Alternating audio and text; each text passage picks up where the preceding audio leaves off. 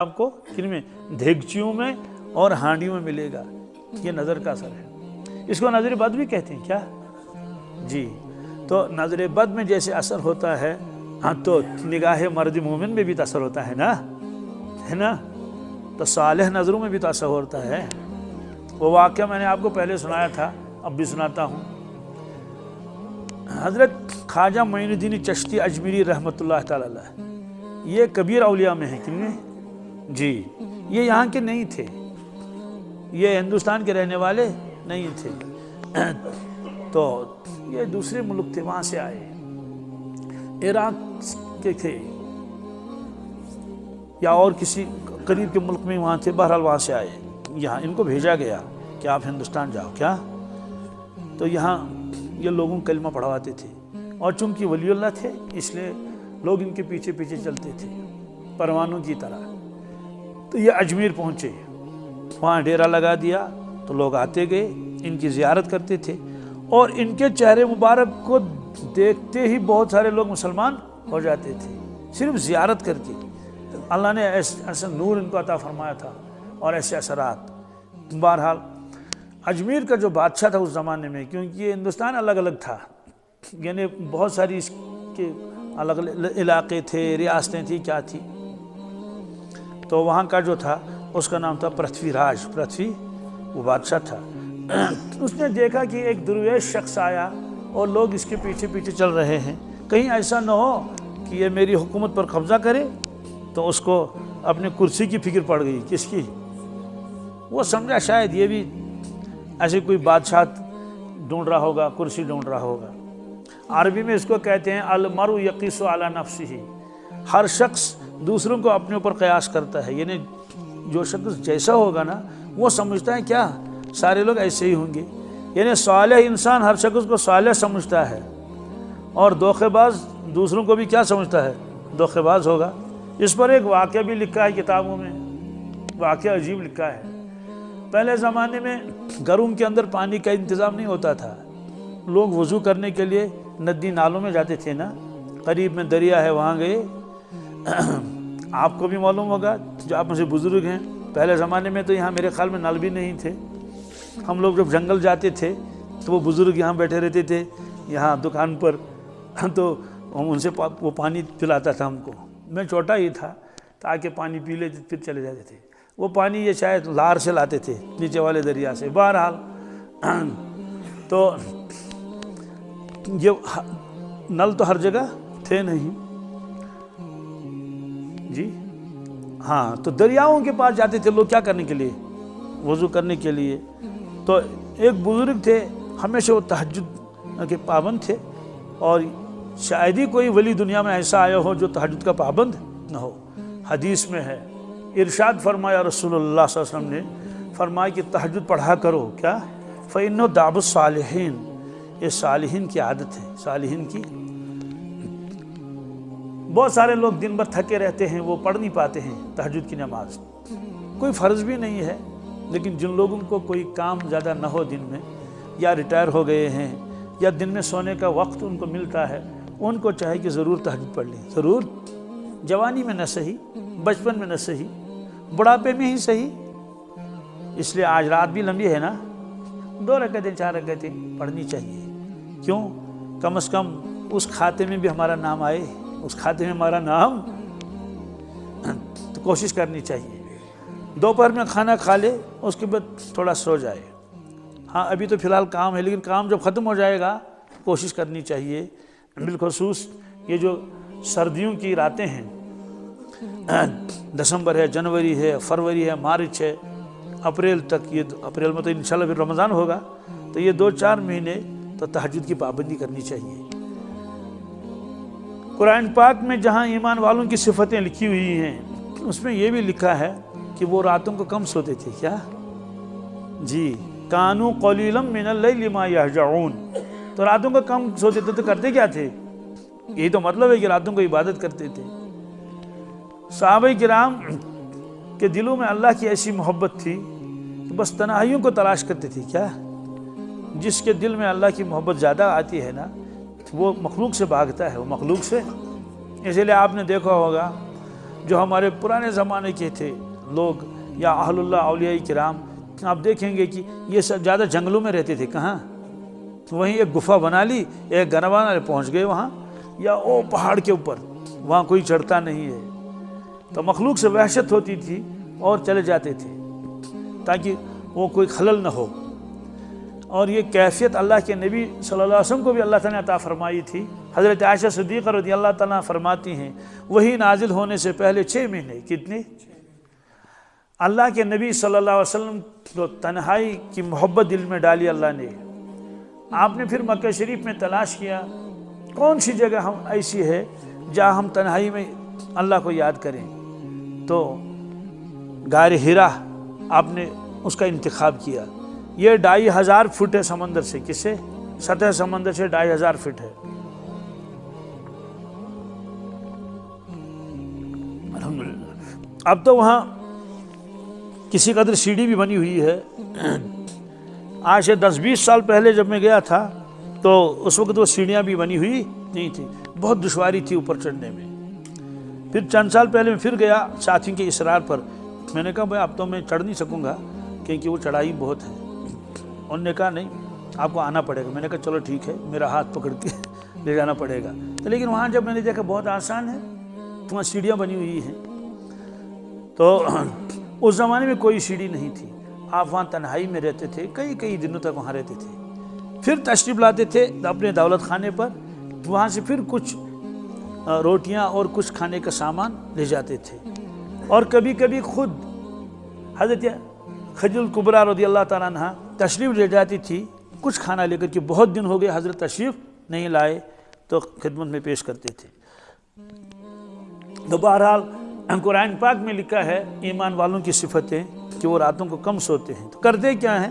والذین یبیتون لربہم سجدا وقیاما، رات کو نماز پڑھتے ہیں، سجدے کرتے ہیں. تو جو صفت ہمارے اونچے درجے کے اہل اللہ کو ہیں وہ تو چھوٹے چھوٹے صحابہ کو بھی حاصل تھی. یعنی چھوٹے کا مطلب یہ ہے کہ عمر میں چھوٹے، کس میں؟ نوجوان. ورنہ نوجوان تھوڑے نماز پابندی سے پڑھتا ہے. ہمارے نوجوان تو نہیں پڑھتے ہیں، فجر نہیں پڑھتے تو تہجد کی بات ہی نہیں. تو حضرت عبداللہ ابن عمر بن العاص رضی اللہ تعالیٰ عنہ کے والد صاحب شکایت کرنے کے لیے آئے حضور پاک صلی اللہ علیہ وسلم کی خدمت میں کہ حضرت اس عبداللہ کو میں نے سمجھایا لیکن یہ مانتا نہیں ہے، آپ اس کو سمجھائیں. آپ نے بلایا اس کو، عبداللہ کو رضی اللہ تعالیٰ عنہ. فرمایا عبداللہ علم اخبر انک تقوم اللیل وتصوم النہار، مجھے یہ خبر پہنچی کہ آپ رات بھر جاگتے رہتے ہیں اور ہمیشہ روزہ رکھتے ہیں، نفل روزہ، کبھی افطار نہیں کرتے ہیں. افطار کا مطلب یہ نہیں کبھی آپ جو ہے وہ روزہ نہیں توڑتے ہیں، ہمیشہ روزہ رکھتے ہیں. انہوں نے کہا نام یا رسول اللہ، ایسا ہی ہے. انہیں رات بھر میں جاگتا رہتا ہوں اور دن میں روزہ بھی رکھتا ہوں. دن میں تھوڑا سا سو جاتے تھے، جو کھاتے ہی کم تھے تو زیادہ نیند بھی نہیں آتی تھی، پھر ایک عادت بن جاتی ہے. آپ نے فرمایا لا تفعل، ایسا مت کرو، ایسا. اور یہ قم و نم، تہجد بھی پڑھ لو اور آرام بھی کر لو. سم و افطر، روزہ بھی رکھو اور مت بھی رکھو، روزہ مت رکھو. کہ مہینے میں صرف 3 دن روزہ رکھنے کی اجازت ہے بس. تو وہیں بیٹھا رہا عاجزی اور انکساری کے ساتھ، کہہ رہا یا رسول اللہ صلی اللہ علیہ وسلم 3 دن تو بہت کم ہے، اس میں تھوڑا اضافہ فرمائیں. آپ نے فرمایا ٹھیک ہے 10 دن روزہ رکھو. کتنے؟ اور پھر کہنے لگا یا رسول اللہ صلی اللہ علیہ وسلم میں جوان ہوں، میرے بدن میں طاقت ہے، تو اور زیادہ مجھے اجازت دیجیے، اضافہ اس میں فرما رہے ہیں. آپ نے فرمایا ٹھیک ہے صوم داؤد علیہ السلام رکھو. صوم داؤد کا مطلب ہے کہ ایک دن روزہ نہیں، پھر روزہ نہیں، ایک دن کو ایک چھوڑ کر روزہ رکھ لو. پھر بھی وہ مہینے میں 15 دن ہو جائیں گے نا، ایک دن چھوڑ کر ایک دن روزہ، ایک دن چھوڑ کر 15 تو پھر بھی ہو جائیں گے. تب وہ اللہ کا بندہ اس پر راضی ہوا، حالانکہ وہ جوان تھا. تو بہرحال پرانے زمانے میں یہ بزرگ حضرات جو ہے بہت پابند تھے تہجد کے. تو ایک بزرگ دریا پر پہنچا تو اس کنارے پر تو بستی تھی، اس کنارے پر بستی نہیں تھی. اب یہ وضو بنانے لگا تو روشنی پوری نہیں تھی، ہلکی سی تھی. تو اس نے دیکھا کہ ادھر سے بھی کوئی شخص ہے اس کنارے پر. تو تو اس نے سمجھا اللہ کے ولی مجھ سے پہلے بیدار ہوئے ہیں، اللہ کے نیک بندے مجھ سے پہلے بیدار ہوئے ہیں، تو خود بھی چونکہ ولی تھا اس کو بھی ولی سمجھا۔ اسی کو کہتے ہیں المرء یقیس علی نفسہ، ہر شخص اپنے اوپر دوسروں کو قیاس کر دیا، جیسا میں ویسا وہ ہوگا۔ وہ جو ادھر سے تھا وہ چور تھا، کون تھا؟ وہ چوری کر کے آیا تھا، اب ادھر ہی سے وہ بھاگ رہا تھا۔ اس نے جب دیکھا کہ اس کنارے پر بھی کوئی شخص کھڑا ہے، کہنے لگا اوہو اس کنارے پر بھی چور ہے، کیا ہے یہ بھی چوری کر کے آیا ہوگا اور چوری کا مال اب چھپا رہا ہے۔ تو اس نے اس کو ولی سمجھا، اس چور نے اس کو جی اس کو قیاس کہتے ہیں۔ کیا کہتے ہیں؟ قیاس۔ تو بہرحال انشاءاللہ ہم آج سے کوشش کریں گے۔ میں بزرگوں سے عرض کرتا ہوں، کن کو؟ بزرگوں سے عرض کرتا ہوں، کیونکہ جوانی تو چلی گئی، سب جانتے ہیں نا، وہ جوانی واپس آنے والی نہیں ہے۔ چلو کم از کم بڑھاپے کی ان دنوں میں ہی تہجد میں 2 4 رکعتیں پڑھ لیں انشاءاللہ۔ رات بھی لمبی ہے، رات بھی دن میں اگر کوئی آدمی کھانا کھانے کے بعد صرف 10 منٹ یا 15 منٹ سوئے گا، عجیب اس میں اثر ہے۔ اس کا میں نے تجربہ کیا ہے، 12 تجربہ کیا ہے۔ بالکل آنکھ کھلتی ہے سویرے۔ کیا کیا اس نے؟ دوپہر کا جو کھانا ہے اس میں کیا کر لیا اس نے؟ تھوڑا سو گیا، آرام کر لیا۔ یہ حدیث میں بھی ہے، حدیث میں ہے دوپہر کا کھانا کھا لو، تھوڑا سا لیٹ جاؤ، اس کو قیلولہ کہتے ہیں۔ قیلولہ کا تذکرہ قرآن پاک میں بھی ہے۔ یعنی ایک قوم کے بارے میں ہے کہ ان کے اوپر عذاب آ گیا، وہ تو الگ مسئلہ ہے کہ وہ نماز پڑھتے تھے یا مومن تھے یا نہیں تھے، لیکن قیلولہ وہ بھی کرتے تھے۔ قائلون کا لفظ آیا ہے اس میں۔ اور عشاء کے کھانے کے بعد چلنے کا حکم ہے۔ کیا ہے؟ کیا؟ تعشو تمشو، عشاء کا کھانا کھا لو، رات کا کھانا کھا لو، تھوڑی چلت پھرت کر لو۔ کیا کر لو؟ اور کتاب ہے ایک، اس کا نام ہے اسلام اینڈ میڈیکل سائنس، اس کا ٹرانسلیشن بھی ہوا اردو میں، اس میں بھی لکھا ہے دوپہر میں سو جاؤ گے تھوڑی دیر تو یہ فوائد ملیں گے، جسمانی فوائد، صحت وغیرہ کے۔ اور رات کو اگر کوئی تو فوراً سونا نہیں چاہیے، فوراً سونا، تھوڑا سا ٹہلے چہل قدمی کر لے۔ تو کھانا کھانے کے بعد فوراً سو جانا رات کو یہ اچھا نہیں ہے، تھوڑی غیب رکھنی چاہیے اس میں۔ تو بہرحال تو اس بادشاہ کو فکر پڑ گئی کہ کوئی درویش صفت شخص آیا ہے، شاید یہ میری کرسی پر کیا کر لے؟ قبضہ کر لے۔ کیا کرے گا بیچارہ؟ تو اس نے بھی قیاس کیا کہ جیسے میرے دل میں کرسی کی لالچ ہے اور فکر ہے، ایسے ہی یہ شخص آیا تو یہ بھی کرسی ڈھونڈنے آیا ہوگا۔ تو بہرحال حضرت نے ڈیرا لگا دیا ایک جگہ، اس نے اپنے سپاہی بھیج دیے، تو انہوں نے بہت تنگ کیا حضرت کو، یہاں بھی نہیں وہاں بھی نہیں۔ انہوں نے کہا ٹھیک ہے، اللہ کی زمین بہت ہے۔ وہ فارسی والا کہتا ہے، کہتے ہیں کہ ملک خدا تنگ نیس، کیا پائے فقیر لنگ نیس، پائے فقیر، کہتے ہیں کہ فقیر کا پاؤں تو لنگڑا نہیں، فقیر کا پاؤں تو لنگڑا، اور اللہ کی کائنات تنگ نہیں۔ مطلب تو ٹھیک ہے، آپ یہاں نہیں بیٹھنے دیں گے، ہم اور کہیں چلے جائیں گے، تو اور کہیں چلے گئے، تو لوگ پھر بھی پہنچے، لوگ پھر بھی وہاں بھی پہنچے۔ بہرحال پھر بھی اس کا فکر ہو گئی، جب دیکھا کہ ظاہری اعتبار سے ہم اس کا مقابلہ نہیں کر سکتے، بہت ساری کرامتیں وہاں ہے حضرت کی، تو اس نے کہا چلو ٹھیک ہے، جادو کریں اس پر۔ کیا کریں؟ جادو کریں۔ تو جادوگروں کو بلایا۔ اس میں جو بہت بڑا جادوگر تھا اس کا نام تھا جے پال جوگی۔ کیا؟ جے پال جوگی کا معاملہ عجیب لکھا ہے کہ وہ ہمالیہ کی طرف دیکھتا تھا، پہاڑ ہے نا ہمالیہ، ایسے ٹکٹکی باندھ کر مدئی گنڈت وننچ ایسے دیکھتا رہتا تھا، تو پتھر لڑک جاتے تھے، پتھر گر جاتے تھے، تو اسی کو بلایا۔ تو ظاہر سی بات ہے، جو آدمی پتھر کے 2 ٹکڑے کر دے گا انسان کے نہیں کر سکتا ہے نا، انسان کو بھی تو پتہ نہیں کیا کرے گا، دیوانہ ہو کر بھاگے گا انسان وہاں سے۔ تو بادشاہ پرتھوی راج نے بلایا جے پال جوگی کو اور اسے سارا ماجرا سنایا، تمہیں یہ کام کرنا ہے، تمہیں انعام ملے گا۔ انہوں نے کہا یہ تو بائیں ہاتھ کا کھیل ہے، کیا مطلب تو یہ بہت آسان کام ہے۔